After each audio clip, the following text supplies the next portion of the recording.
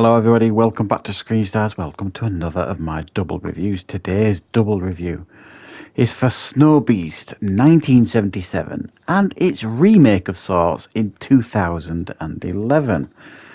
Now, the first Snowbeast film is, and I'll go into this a little more detail a little bit later, it was one of my first experiences of like horror and terror.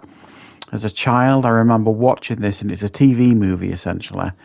I remember watching this as a child and being absolutely petrified by it.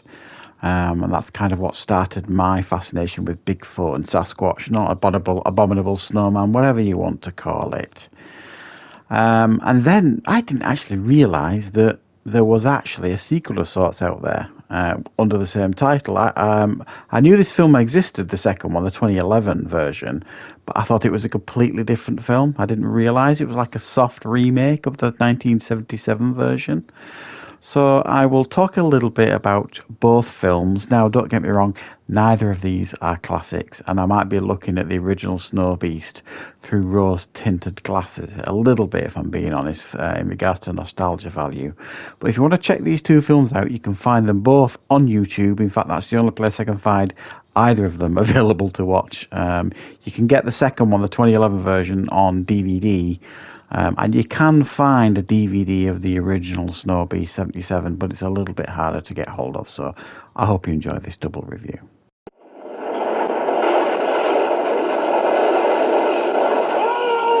Cole! Are you hurt? Oh my God! Come on down! Tony! Whoa! Tony! No!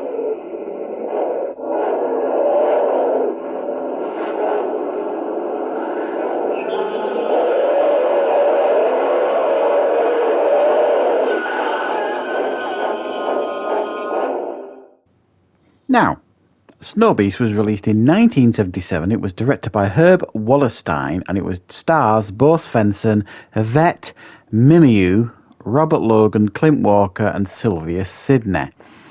And it is a TV movie. Now, I'm not sure when we got this in the UK, but I have vivid memories of watching this on TV as a child. And I probably would have been about maybe 7, maybe a little bit older. I think about 7 when I saw this on TV, and it absolutely, really affected me, really scared me. The roar of the Snowbeast and the chase sequences and things like that. And it with this, and there's another one called Legend of Boggy Creek, I think, which was like a documentary type thing. That was another one that affected me in regards to like Bigfoot, but this one in particular is my earliest memory of any type of horror. Now, this film is very tame when you watch it as an adult, but imagine watching it as a 7-year-old, and it was very frightening to me. And the story revolves around like this ski resort. They're celebrating their 50th anniversary, I think, and some of the guests are going missing.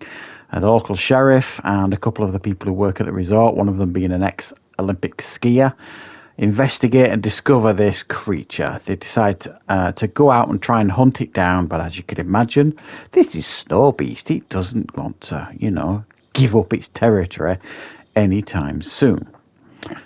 Now, when you watch this, it has dated terribly.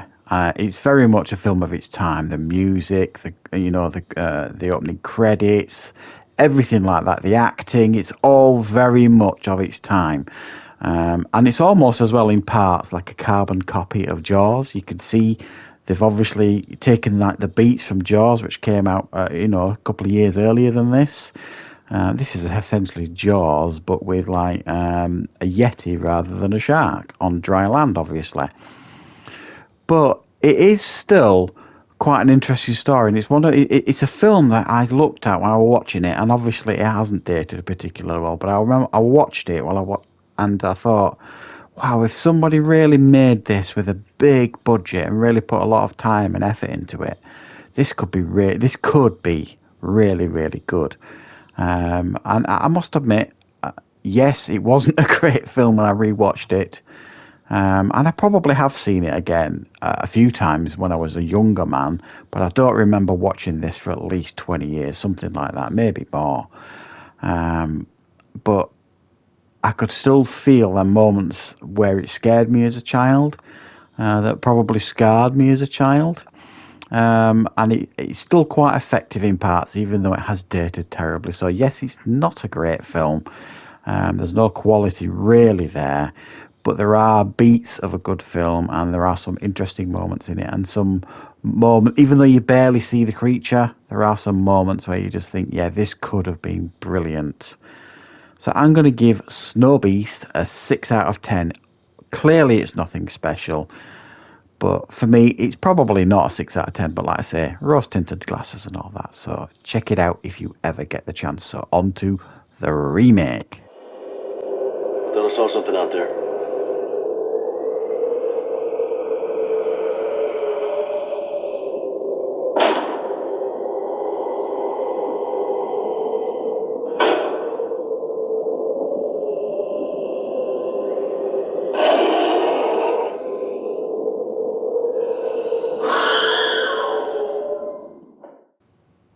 Now, Snowbeast 2011 was directed by Brian Bro, and it stars John Schneider, who used to be in Dukes of Hazzard, I believe, Daniel C. Ryan, Paul D. Hunt, and Jason London. Now, this time, it focuses on like John Schneider's character, who is like scientist. They go into the wilderness and they check on the wildlife, that sort of thing.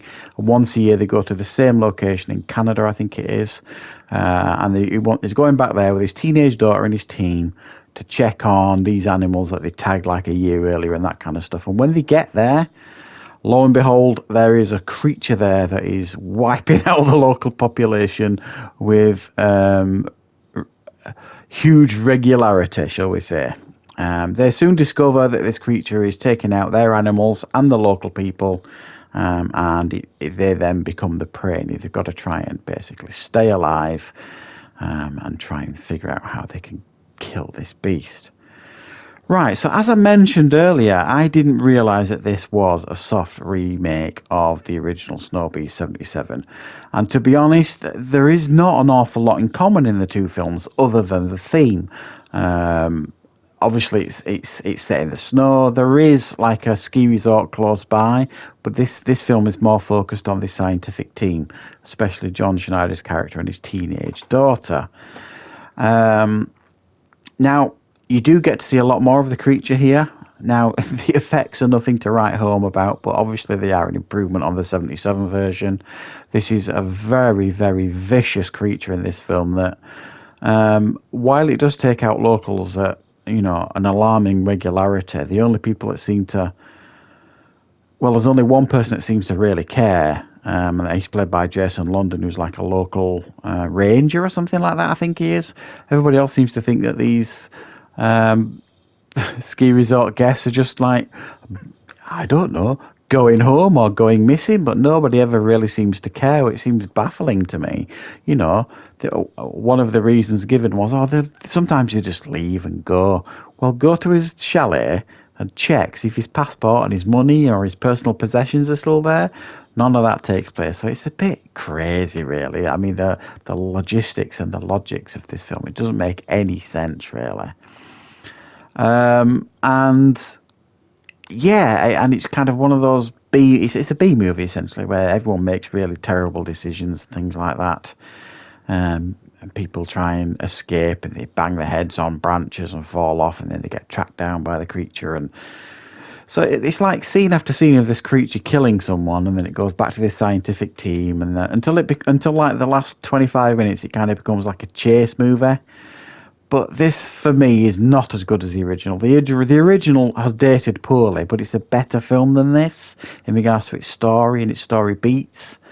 This one, to me, doesn't have an awful lot in common with the first one.